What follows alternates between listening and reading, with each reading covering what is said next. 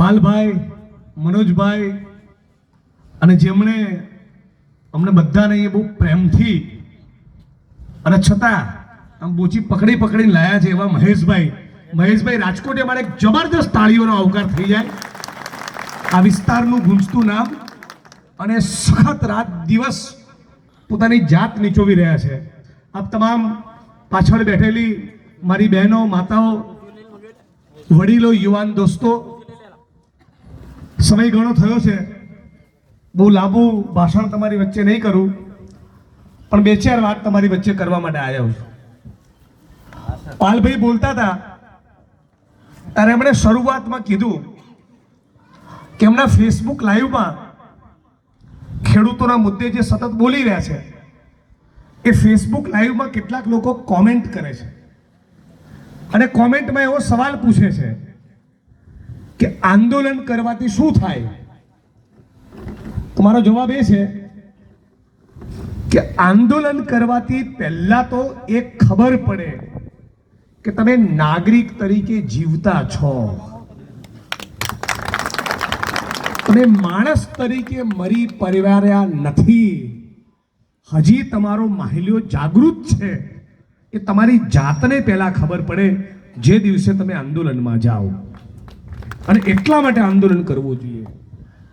આંદોલન એટલા માટે કરવું જોઈએ કે તમામ રાજકીય પક્ષના ધારાસભ્યો, સંસદ સભ્યો, મંત્રીઓ, આઈએસ આઈપીએસ અધિકારીઓ બધાને વધતા ઓછા અંશે થોડી ઘણી ચરબી તો ચડી જ જતી હોય છે. આ ચરબી એમની ઉતરે અને એમની ચરબી ઉતરે જોઈને બીજાને ચડે નહીં, એના માટે નાગરિકોએ આંદોલન કરવું જોઈએ. આંદોલન એટલા માટે કરવું જોઈએ કે આ માટી, આ ભારત ભૂમિ એ અંગ્રેજોની ગુલામીમાંથી આંદોલનના કારણે જ મુક્ત બની છે. એટલે કે ભારતમાં લોકશાહીનો, લોકતંત્રનો પાયો નખાયો અને આ દેશને ડોક્ટર બાબા સાહેબ આંબેડકરની કલમે લખાયેલું દુનિયાનું શ્રેષ્ઠ બંધારણ પ્રાપ્ત થયું, આઝાદી મળી, ગુલામીમાંથી મુક્ત થયા, એના મૂળમાં સ્વતંત્રતાનું આંદોલન છે. એટલે આંદોલન છે તો આ લોકતંત્ર છે. આંદોલન ના હોત તો આપણે આ છાતી ખોલીને આ વિશ્વગુરુનું જે આવડી ચોપડાવું છું એ તાકાત પણ કદાચ આંદોલન સિવાય મળી હોત નહીં. એટલે આપણે પણ આંદોલન કરવું, આંદોલનમાં જોડાવું અને પોતાના પરિવારના દીકરા દીકરીઓને સંસ્કાર તરીકે સિંચન કરવું કે બેટા જ્યાં પણ ખોટું થતું જુએ, જ્યાં પણ અત્યાચાર જુએ, જ્યાં પણ અન્યાય જુએ, જ્યાં પણ ખેડૂત સાથે, પશુપાલક સાથે, ખેત મજૂર સાથે, કોઈ મહિલા સાથે, કોઈ ગરીબ માણસ સાથે કોઈની રેકડી હટાવતા હોય, કોઈનું ઝૂંપડું તૂટતું હોય, જ્યાં પણ તારો આત્મા કે તારું દિલ કે ખોટું થઈ રહ્યું છે ત્યાં આંદોલન કરવું જોઈએ. આવી સમજના કારણે આજે હું તમારા ગામમાં, આ તમારા ટંકારાની ધરતી પર એ સમજના કારણે આજે અહીં આવીને ઊભો છું. સાથીઓ, આંદોલનકારીઓ એ લડવા માટે નીકળે અને ઘણા પાછા વેચી જતા હોય, ઘણા ફૂટી જતા હોય. કોઈક દબાણ આવે, કોઈકની નબળી નસ પકડે, કોઈને પૈસાનો મોહ થઈ જાય, કોઈને સત્તાનો મોહ થઈ જાય, કોઈને મંત્રી પદનો મોહ થઈ જાય. પણ આપણા દેશની એક બહુ એવી ઉજળી વિરાસત છે કે જે લોકો મારી માફક ચૂંટણીના રાજકારણમાં નથી આવ્યા, કોઈ દિવસ MP MLA નથી બન્યા, એવા સેંકડો, હજારો, લાખો માણસ આજે પણ આપણા દેશમાં છે જેમના રાજ્યસભાના મેમ્બર નથી બનવું, વિધાનસભાના સદસ્ય મારી માફક નથી બનવું, પણ સતત લખતા હોય સત્તાની સામે, સતત લડતા હોય, સતત રેલી કરે, સતત ધરણા કરે, સતત ઇન્કલાબ જિંદાબાદનો નારો બુલંદ કરતા હોય એવા માણસો આપણા દેશમાં આજે પણ છે. અને છે એના કારણે જેવી પણ છે, બહુ સજળબમ નથી પણ જેવી પણ છે એવી આ લોકશાહી ટકી અને એવી આ લોકશાહી બચી છે.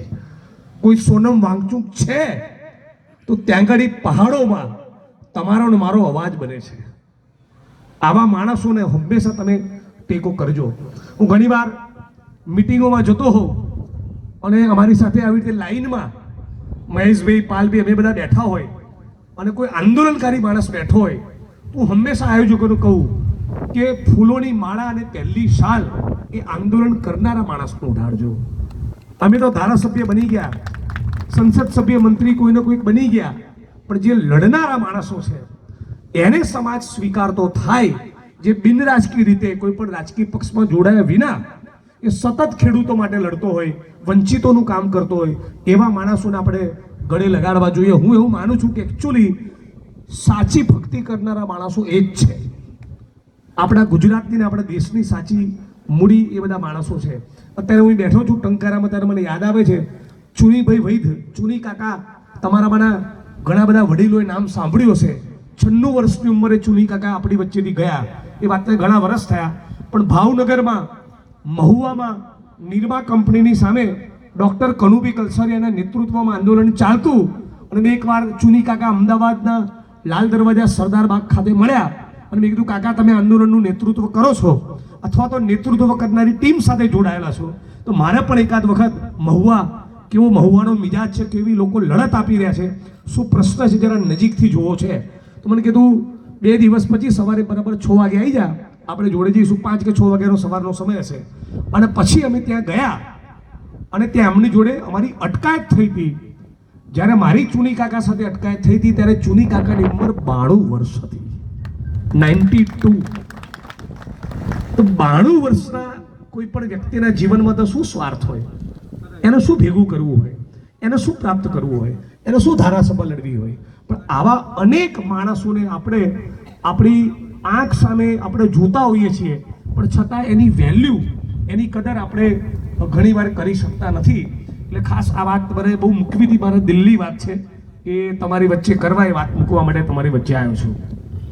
સાથીઓ, મારા મત વિસ્તારમાં હું ઘણીવાર બધા લોકોને કહેતો હોઉં કે આંદોલન ના કરીએ ને તો ધારાસભ્યના પત્રથી તો જેટલું થતું હોય એટલું જ થાય, પણ રોડ ઉપર ઉતરો અને માથા ગણાવો અને 15મી જૂને ગાંધીનગરમાં જડબાતોડ જવાબ આપો તો અદાણી, અંબાણી અને પાવર ગ્રીડ વાળાને જે ચરબી કૂદે છે ને કે આપણી મરજીની વિરુદ્ધ જે થાંભલા નાખવાયા છે એ બધા લાઈન ઉપર આવી જાય.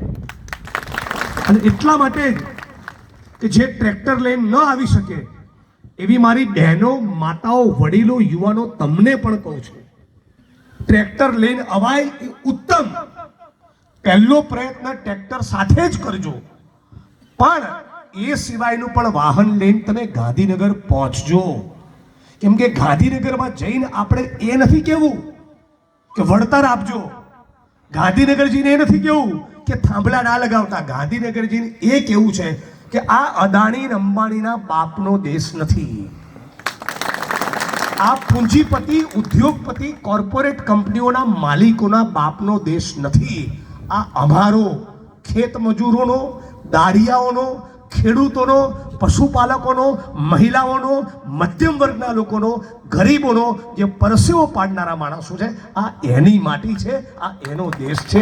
એ કહેવા માટે વળતર તો એનો બાપ વધારશે, વળતર તો વધારવું જ પડશે એને.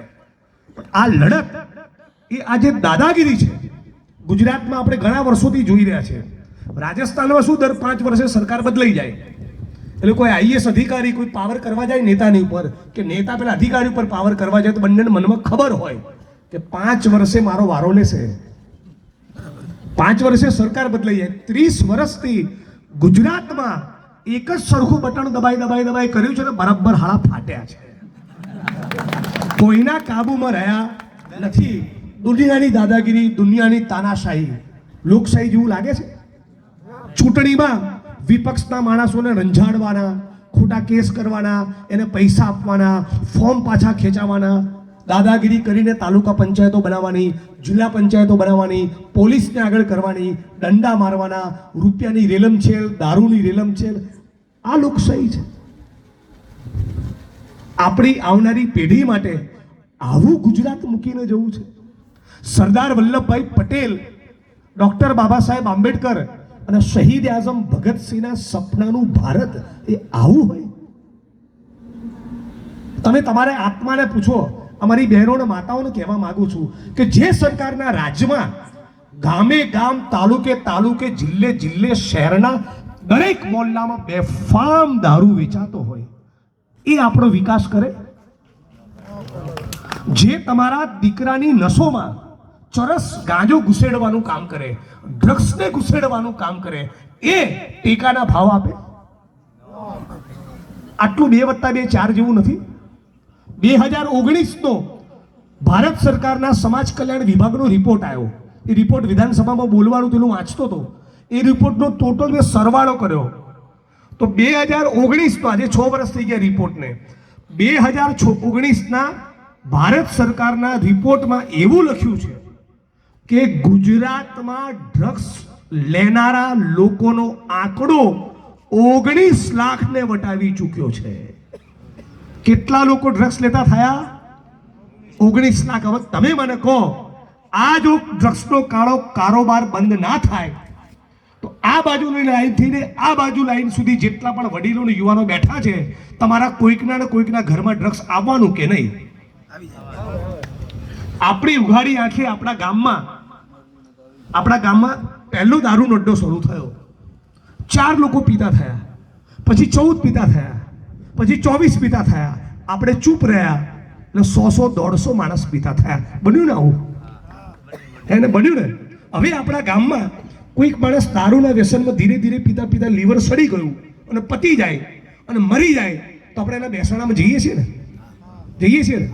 બીજો મરે તો બી જઈએ છીએ, ત્રીજો મરે એટલે ફરી જઈએ છીએ, ચોથો મરે તોય બેસવા જઈએ.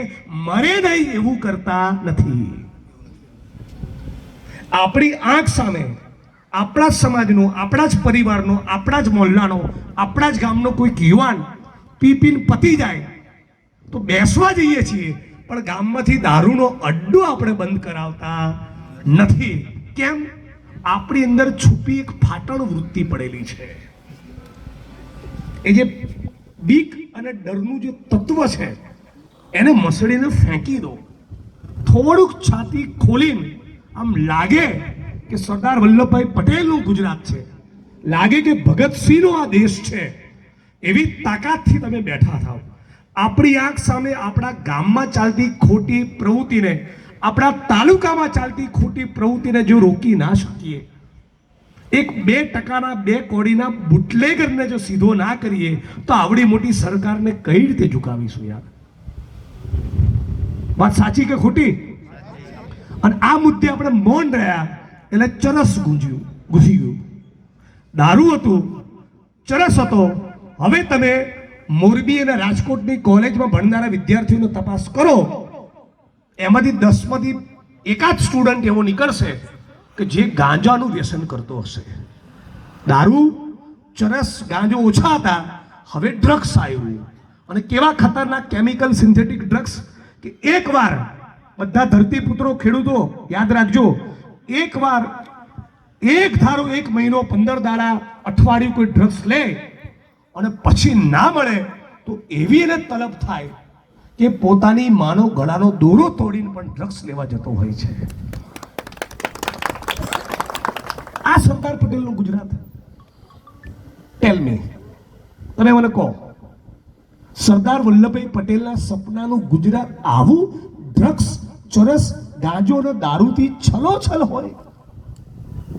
અને જે નાલાયકોના પ્રતાપે આ પરિસ્થિતિ છે એ તો છે જ નાલાયક, પણ આપણને આજથી 50 વર્ષ પછી આપણી પેઢી સવાલ નહીં પૂછે કે જ્યારે ગુજરાત બરબાદ થઈ રહ્યું હતું, જ્યારે ખેડૂતોની મરજીની વિરુદ્ધમાં થાંભલા ઘાલતા હતા, એમને વળતર નહોતા આપતા, ત્યારે તમે શું કરતા હતા?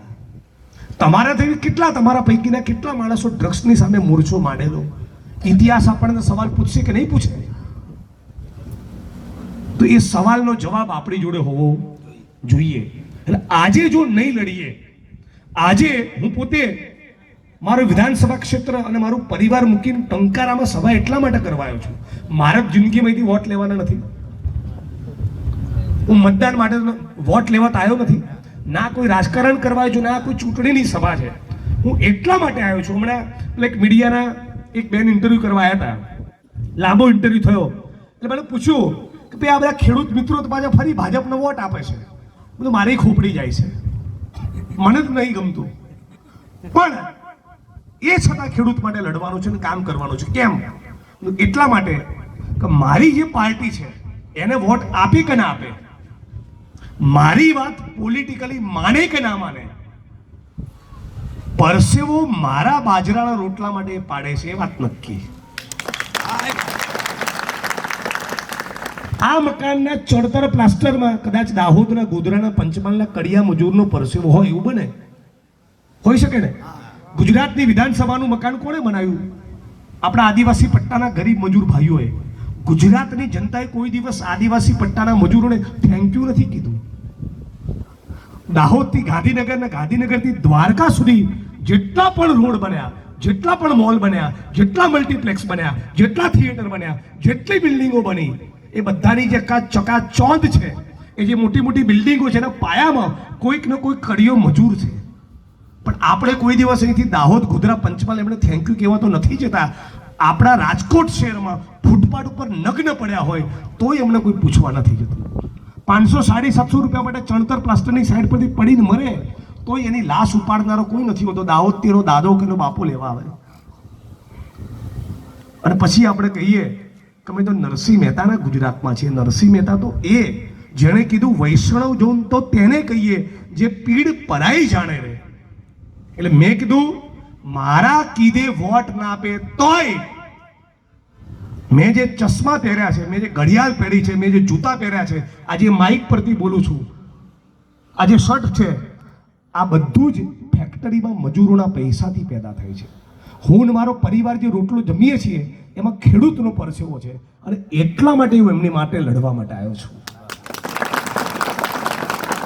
આજે તમારી વચ્ચે અત્યારે જે ભાષણ કરું છું, એક વિજ્ઞાનની વાત કહું, અત્યારે જે બોલી રહ્યો છું, મારું બ્રેન ફંક્શન કરતું હોય, બ્રેન કામ કરતું હોય તો જ બોલું ને.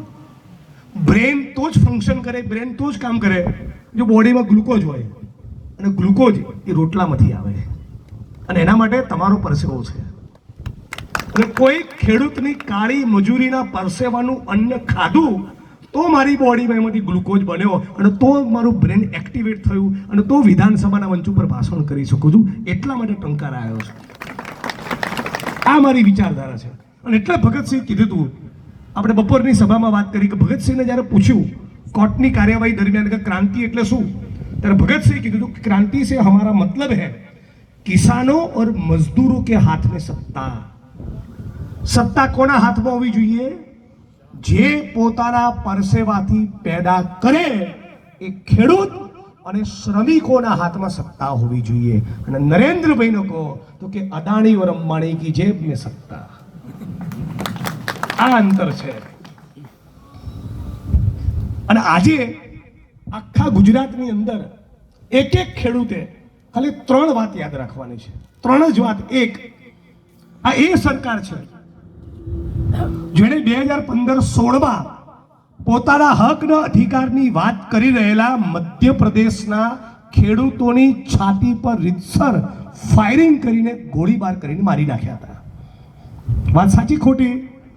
મધ્યપ્રદેશના મંદસૌરમાં આ ભાજપની સરકારે રીતસર ખેડૂતોની છાતી પર ગોળી મારી એમને રેસી નાખ્યા. 2, ઉત્તર પ્રદેશના લખીમપુર ખીરીમાં કિસાન આંદોલનથી અકળાઈને, કિસાનોનો આંદોલનથી રાજી થઈને નહીં, અકળાઈને ભાજપના મંત્રીના દીકરાએ એક ખેડૂતની છાતી પર આખી બોલેરો ગાડી ફેરવી ચગદી છૂંદીને એનું મોત નિપજાવ્યું હતું. અને ત્રીજી ઘટના કે આપણા ખેડૂતો રાજસ્થાનના, હરિયાણાના, દિલ્હીના, યુપીના અને ખાસ કરીને પંજાબના ખેડૂતો લાગ લગાટ ઉપર આબને નીચે ધરતી, ચોમાસું, ઉનાળો, ઠંડી, દરેક મોસમમાં બેઠા, 1 વર્ષ સુધી બેઠા અને લડતા લડતા લડતા એમના એક ખેડૂતોની ટીમમાંથી, એ આંદોલનકારીઓમાંથી ધીરે ધીરે કરીને 690 લોકોના મોત થયા. 690 લોકોએ બલિદાન આપ્યા.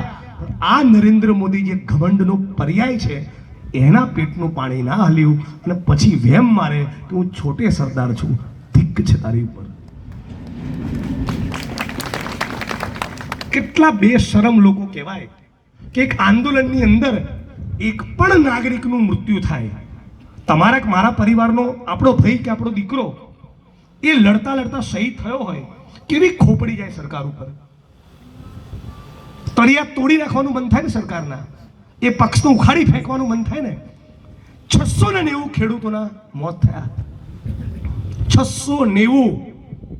આ ભારત માટે કલંકરૂપ નથી? અને આ છતાં આપણા દેશની જનતાના પેટનું પાણી ના હાલ્યું. અને એના પછીની તરત જે ચૂંટણી આવી, બધાએ કમળનું બટન દબાવ્યું. મતલબ કે તમે 690 બલિદાનનું અપમાન કર્યું. કર્યું કે નહીં કર્યું? તમે મને કહો. જે સરકાર ગોળી મારે રીતસર, એને તમને જવાબ આપવાનું મન ના થાય. જે સરકારના શાસનમાં એક મંત્રીનો છોકરો ગાડીથી ચગદી નાખે એક ખેડૂતને, એક ભૂમિપુત્રને, ધરતીપુત્રને, અને આપણી અંદર કોઈ આક્રોશ પેદા ના થાય, તો આપણામાં માણસ તરીકે કંઈ ખૂટે છે. આ કોંગ્રેસ ભાજપની વાત જ નથી. 690 ખેડૂતોની શહાદત, બલિદાન બાદ પણ આપણી અંદર આક્રોશ કે રોષ પેદા ના થાય, તો આપણે માણસ તરીકે, આપણે નાગરિક તરીકે, ભારતીય તરીકે સાવ ઊણા ઉતર્યા છીએ.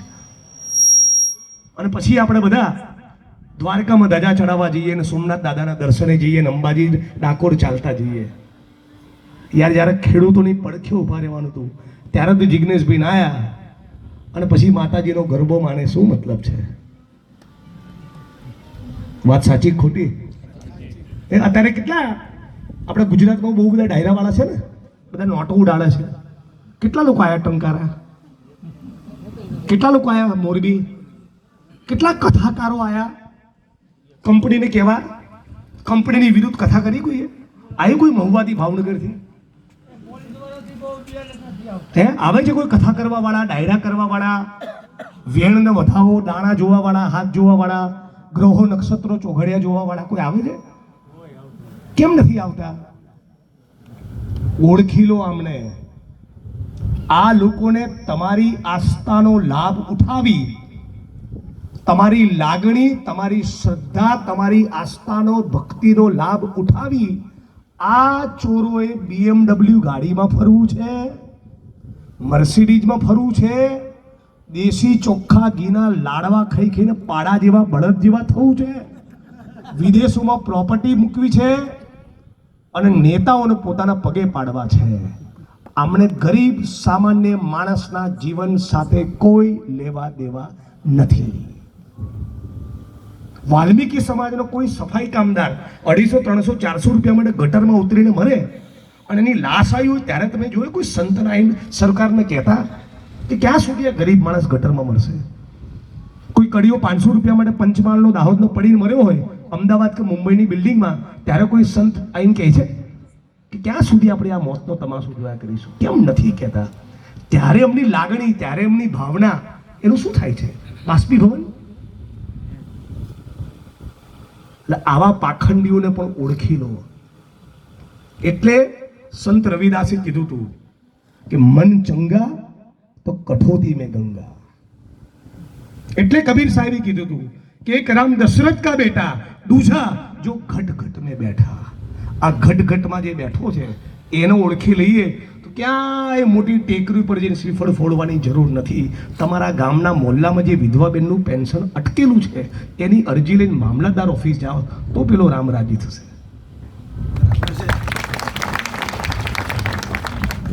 કોઈ દોરા ધાગા બધું કંઈ નથી. આપણે તો 14મી 15મી સદીમાં અખો ભગત એવું કહી ગયો, એક મૂર્ખને એવી ટેવ, પથ્થર એટલા પૂજે દેવું. હવે ઘણા સોશિયલ મીડિયામાં આવું કરીએ તો ગાળો લગતા, જા 15મી સદીમાં મારવા જા, અહીંથી રિવર્સ કાઢી લઈને 15મી સદીમાં જા મારવા. ક્યાં જઈશ ભાઈ તું? તો આ વાત સૌથી પાયાની સમજવાની છે. આ જે થાંભલો નડી રહ્યો છે ને, એના મૂળમાં આપણા મગજમાં એક દિવાલ ઊભી કરી છે હિન્દુ મુસ્લિમની. એ દિવાલને તોડી નાખો તો એકે થાંભલો નહીં આવે. આ સૌથી પહેલા સમજવાનું છે. એટલે આઝાદીની ચળવળમાં એક નારો હતો, શું? હિન્દુ, મુસ્લિમ, શીખ, ઈસાઈ, ભારત માँ के 4 સિપાહી. આ ચારેય સિપાહી સાથે મળીને લડ્યા, સાથે મળીને બલિદાન આપ્યા, સાથે મળીને શહાદત વોરી.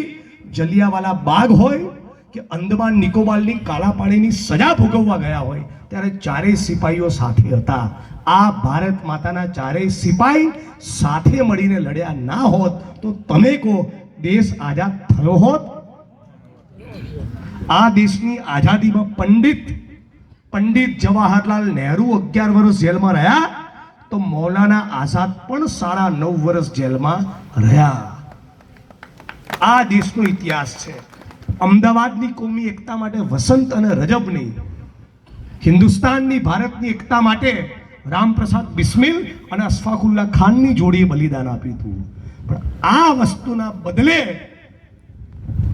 પાકિસ્તાન, મુસલમાન આમ કરી નાખશે, તેમ કરી નાખશે, એમ કરીને આપણા મગજમાં એક ચોક્કસ ધર્મના લોકોની વિરુદ્ધમાં એક જનૂન પેદા કર્યું. અને લાગ્યું કે બરાબર જનૂન પેદા થઈ ગયું છે, બરાબર હિન્દુવાળું ટોળું ટાઈટ થયું છે, અને પછી હિન્દુઓને ઠોકવાનું ચાલુ કર્યું. ટેકાના ભાવ ચાલ ફૂટ નહીં મળે, સ્કૂલોની ફી જાઓ 2.5 લાખ રૂપિયા, સિવિલ હોસ્પિટલ અમદાવાદમાં જાઓ, હિન્દુ છો ખાટલો નહીં મળે, ખાટલો મળ્યો તો ડોક્ટર નહીં મળે, ડોક્ટર છે તો ઇન્જેક્શન આપવાવાળી નર્સ નહીં મળે, ખાટલો છે ને ડોક્ટર છે ને ઇન્જેક્શનના નર્સ છે તો અમારે એનું મશીન નહીં મળે, સીટી સ્કેનનું મશીન નહીં બોલે. સાચું ખોટું? એવું કોઈ દિવસ જોયું કોઈ મોટો 20,000 કરોડની કંપનીનો માલિક હોય, એનો છોકરો તલવારના ત્રિશુલ વેચતો હતો? એવું જોયું કોઈ દિવસ? હે, આ નિર્માવાળા કરશન કાકા છે, કરશનભાઈ પટેલ, એમના પરિવારમાંથી કોઈ તલવાર ત્રિશુલ વેચવા જાય? મુકેશ અંબાણીના ઘરમાંથી કોઈ જાય કોઈ દિવસ જોયું છે? આ મોટા જે ઉદ્યોગપતિનું પૂંજીપતિ છે, એમના પરિવારના લોકો એ કોઈ દિવસ રમખાણમાં આરોપી બને છે? એમનો છોકરો, એમનો દીકરો ને દીકરી તો ઓક્સફર્ડમાં ભણે છે, મારી બહેનો કેમ્બ્રિજમાં ભણે છે, સિંગાપુર યુનિવર્સિટીમાં અને હાર્વર્ડમાં લો કરવા જાય છે, અને આપણે અહીંયા બાજી મરીએ. એક જાય મોરબીની સેન્ટ્રલ જેલમાં, બીજો રાજકોટની. તો આ ચાળે આપણે જડવાની જરૂર ખરી? આ તો નેતાઓના મતોની દુકાન છે ને, એને તમારા ને મારા જીવન સાથે કઈ લેવા દેવા ખરું?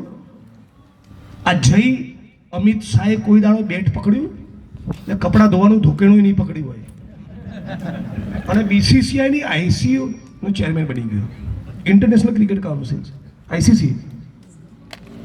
શું ટેલેન્ટ, શું પ્રતિભા? કશું જ નહીં. તો આપણે છેતરાઈએ છીએ. એટલે આ કોમી એકતા જો અકબંધ થઈ જાય, ફરી પેલો નારો ગુંજતો થાય, હિન્દુ, મુસ્લિમ, શીખ, ઈસાઈ ભારતમાં કે 4 સિપાહી, અને 4 સિપાહી એક થઈ જાય તો આપણા ખેતરમાં થાંભલા આવે નહીં. અને આવે તો આપણી જોડે બેસીને ચર્ચા કરવી પડે, અને તો આપણે કહીએ કે મહિને 50,000 ભાડું લઈશ થાંભલા દીઠ, પોસાતું હોય તો બોલ, નહીં તો ગેટ આઉટ. એ વાત આપણે કરી શકતા નથી. એટલે એકતા પહેલા બનાવવી પડે. ચૂંટણી આવે તો શું થાય? આપણે પટેલ થઈ જઈએ, આપણે દલિત થઈ જઈએ, આપણે ઠાકોર થઈ જઈએ, આયર થઈ જઈએ, ક્ષત્રિય થઈ જઈએ, કોળી થઈ જઈએ. ભારતીય રહેતા નથી, ખેડૂત રહેતા નથી, ખેડૂત તરીકે વોટ કરતા નથી. વાત સાચી ખોટી? તો તમે તો બધું જાણો જ છો યાર, તો લોચા કેમ માંગો છો 30 વર્ષથી? મારી એકે વાતમાં ના પાડી. હે, તમે બધું જાણો જ છો, તો 30 વર્ષથી એકને એક બટન દબાઈ નાળા થાકતાય નથી, કંટાળો નહીં આવતો? સલમાન શાહરુખ આમિરનું પિક્ચર જોયા પછી કોઈ અક્ષય કુમારનું પિક્ચર જોવાનું મન થાય, રણવીર કપૂરનું જોવાનું મન થાય, તો બસ એકનું એક જ હીરો જો કરો છો, એકની એક જ પાર્ટી જો કરો છો. વાત સાચી ખોટી? એ કાકા કેટલા દેવાનંદના પિક્ચર જોવાના? 1 હોય, 2 હોય, 5 હોય, 10 હોય. પછી રાજ કપૂર ગમે, રાજેન્દ્ર કુમાર ગમે, શમ્મી કપૂર ગમે, એવું ના હોય? તમને કે 15 વર્ષ સુધી ખાલી શર્મિલા ટાગોરનું જ પિક્ચર જોવાનું તો ગમે? તો 30 વર્ષથી આપણે આ લોકોની હિન્દુત્વવાદી ચાલમાં સપડાઈ ગયા, અને આપણી એકતાને વેરવિખેર કરી, અને પછી પાછલા દળવા જેથી જોયું તો ગૌચર તો અદાણીના, અંબાણીના, વેદાંતાના, જિંદાલના, પોસ્કોના, બોક્સાઇટ, એલ્યુમિનિયમ, આયર્ન ઓર, ખનિજો લઈ જાઓ, જમીનો લઈ જાઓ, ટેન્ડર લઈ જાઓ, કોન્ટ્રાક્ટ લઈ જાઓ, બંદરો લઈ જાઓ, એરપોર્ટ લઈ જાઓ, હતું તો જમીન મેં થાંભળે ખુશી ગાલો. હમણાં બપોરની સભામાં ગણતો હતો કે કોઈ ઉદ્યોગપતિ, મારી બહેનો 50 કરોડ કમાયો હોય કોઈ ઉદ્યોગપતિ અને બેંકમાં મૂકી દે ચૂપચાપ, તો મહિને 35 લાખ રૂપિયા વ્યાજ આવે. હવે 5 સ્ટાર હોટલ આખા 1 મહિના માટે બુક કરાવે તો 5000માં રૂમ આપે. એની પતિ પત્નીનો બીજો રૂમ તો 10000નો રૂમ, 10000નું પેટ્રોલ ડીઝલ ખર્ચે તો 20000, બધા ભેગા થઈને 10000નું 5 સ્ટારમાં ખાય તો 30000, રોજ 20000ની શોપિંગ કરે તો 50000, તો પેલા 50 કરોડની મૂડી અકબંધ રહેતા વ્યાજના 1.5 રૂપિયા વપરાય નહીં. તારા મુકેશ અંબાણીના 7.5 લાખ કરોડ ચાટવાના છે હે? ગૌતમ અદાણીના 7.5 લાખ કરોડ છે, પણ હજી ધરાતા કેમ નથી? કેવું જીવન જીવાય? 50 કરોડ કોઈની જોડે વાઇટ ના હોય, કેવું જીવન જીવે માણસ? બાદશાહ જેવું જીવક ના જીવે.